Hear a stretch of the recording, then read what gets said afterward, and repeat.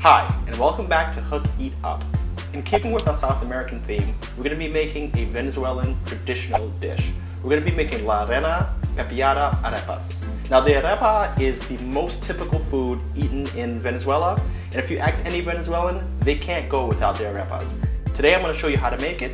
Let's get started. To make this recipe, you're going to need the following ingredients. You're going to need some Harina Pan, which is a corn flour used to make the arepas. You're going to need 1.5 cups of shredded chicken. Now I boiled this chicken in just regular water. It's about 2 chicken breasts that cook up 1.5 cups. Once it's cooled, just shred it out with your fork.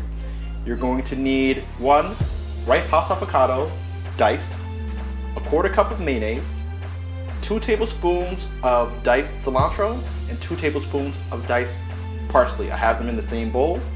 You're going to need a blend of onions. So it's about 2 tablespoons of red onions diced, half a small yellow onion, and 1 scallion, also finely diced.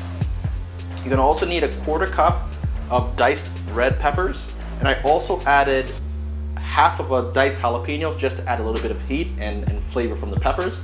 We're going to also need 2 minced garlic cloves and some white distilled vinegar. So the first thing I'm going to do to get started on this recipe is make the fillings for the arepas. It's pretty much an avocado and chicken salad in a bowl. You're going to take about half of the avocados. I'm going to grab a fork and a spoon, and I'm just going to also spoon in this mayo.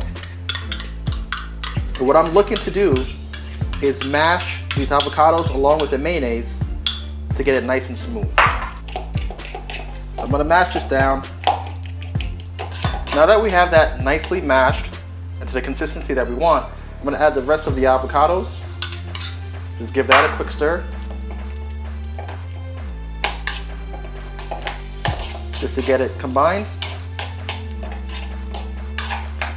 And then all we're going to do is take the remainder of the ingredients and add them to this mix of avocado and mayonnaise. So then to go with the chicken, the parsley and cilantro mix,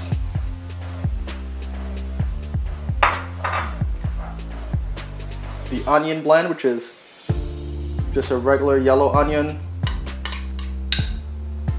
some red onions, and some scallions. The pepper blend, which is just red bell peppers and half a jalapeno, and the garlic. I'm going to mix this just to get all the ingredients combined first, and then I'll start to salt and pepper to taste and add in the vinegar until we get a nice flavor profile.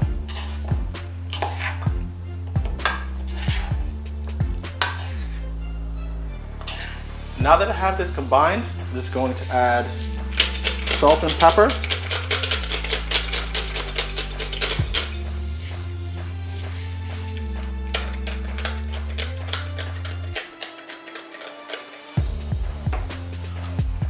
And then about 1 tablespoon to 2 tablespoons of white distilled vinegar. It's going to add just a little bit of acidity to the dish that's neutral in flavor. I'm going to give this just another stir. And what you're going to do is you could add the salt and pepper and vinegar to your liking, just tasting until you have the right mix of salt and sour and the richness of the avocados and mayonnaise. And just like that, you have your arepa filling. Now what I'm going to do is I'm going to set it into the fridge for about 30 minutes just to allow it to chill and bring all those flavors together. And then I'm going to get started on the dough for the arepas. So to make the arepa dough, I'm going with my friend Angelina's suggestion. What she does first is she pours out the water directly into the bowl.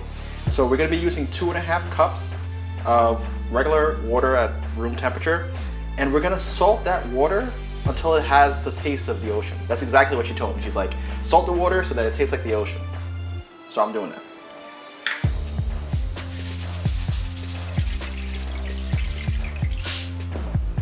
Just adding some salt, giving the water a stir. By salting the water, you're ensuring that the flavor profile of the arepa dough is evenly distributed. And if you know that the water tastes salty, then you're pretty sure that the rest of it is going to have the right salt mix.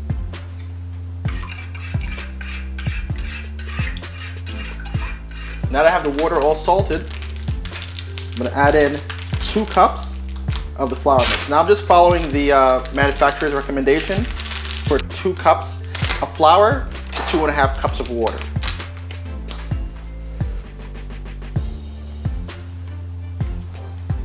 Now we're going to slowly add this to the water mix. And we're going to stir with a spoon before we get in there and get dirty. About half of it mixed in, we're going to add the rest.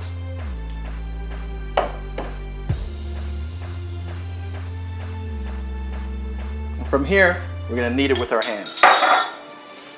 Now you could eat arepas any time of the day. You could fill it with eggs for breakfast. You could fill it with a blend of cheese and meats for lunch, or even have the same for dinner. You'll find that Venezuelans eat this at any time of the day. It's like their staple food. Now you want to run your fingers through that. Make sure you break up all the lumps. Shape it into a ball. And then you're going to set it to the side for about 5 minutes, just so it could all come together. Now that I have this all shaped and kneaded, I'm going to let it sit for about 5 minutes. And then I'm going to roll out some of the arepas. Not roll it out, you gotta actually roll them in your hand. I'll show you how to do it. My technique is awful. So now that I let the arepa dough set for 5 minutes, I'm gonna prepare my skillet so that when I roll out the arepas, I'm able to cook them as we go.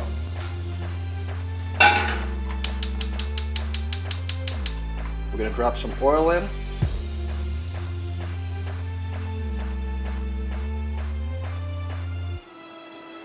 there's just enough oil so that the arepa dough doesn't stick to the pan once we're trying to sear. So as that skillet's heating, I'm going to grab about a handball size of the arepa dough, shape it into a ball, and right in the center of my hands, I'm just going to roll it while applying a little pressure, because you're going to want to roll it into a disc. Now this is too fat. You'll want it thinner. So once you got a nice circular shape, you're just gonna compress it down until it's about the thickness of half of a hamburger bun. Or like if you had the whole hamburger, just one piece of it, like the bottom bun. Once it's to that thickness, and you have the nice round shape, you're just gonna round it out a bit. Now I get criticized that they're not perfectly round, but after making a few dozen of these, I'm getting pretty good. So I'll set that off to the side. And again, another tennis ball size dough. And repeat the same. I'm only going to be making 2. This is my dinner for tonight. But this would probably cook up maybe 10, 12 arepas, depending on the size of each.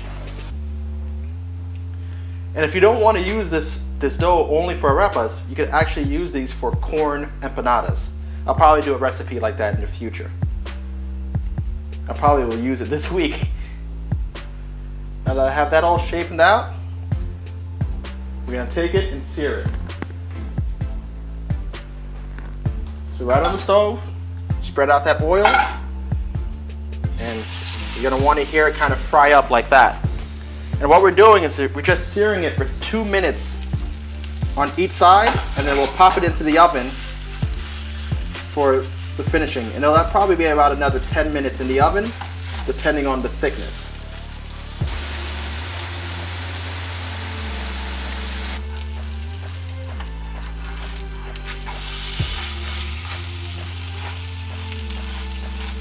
So what I've done here is that I flipped the arepa, and if you see this golden brown color, that's what you're going for.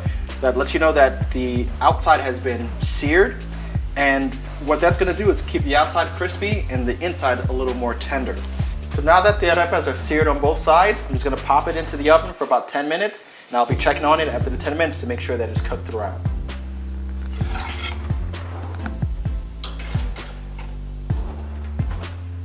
So now that the arepas have finished off in the oven, it's time to stuff them. So what you're gonna wanna do is grab a butter knife. And I'm gonna grab these arepas, they're still kind of hot. You can let them cool down, but I'm just gonna take them hot like this. And you're gonna just open it up with a knife. The dough on the inside is still gonna be fairly tender. And you wanna just create a pocket. After I've made the pocket, it's like an open mouth. I'm just gonna grab my filling and right into it. Just stuff it just like that.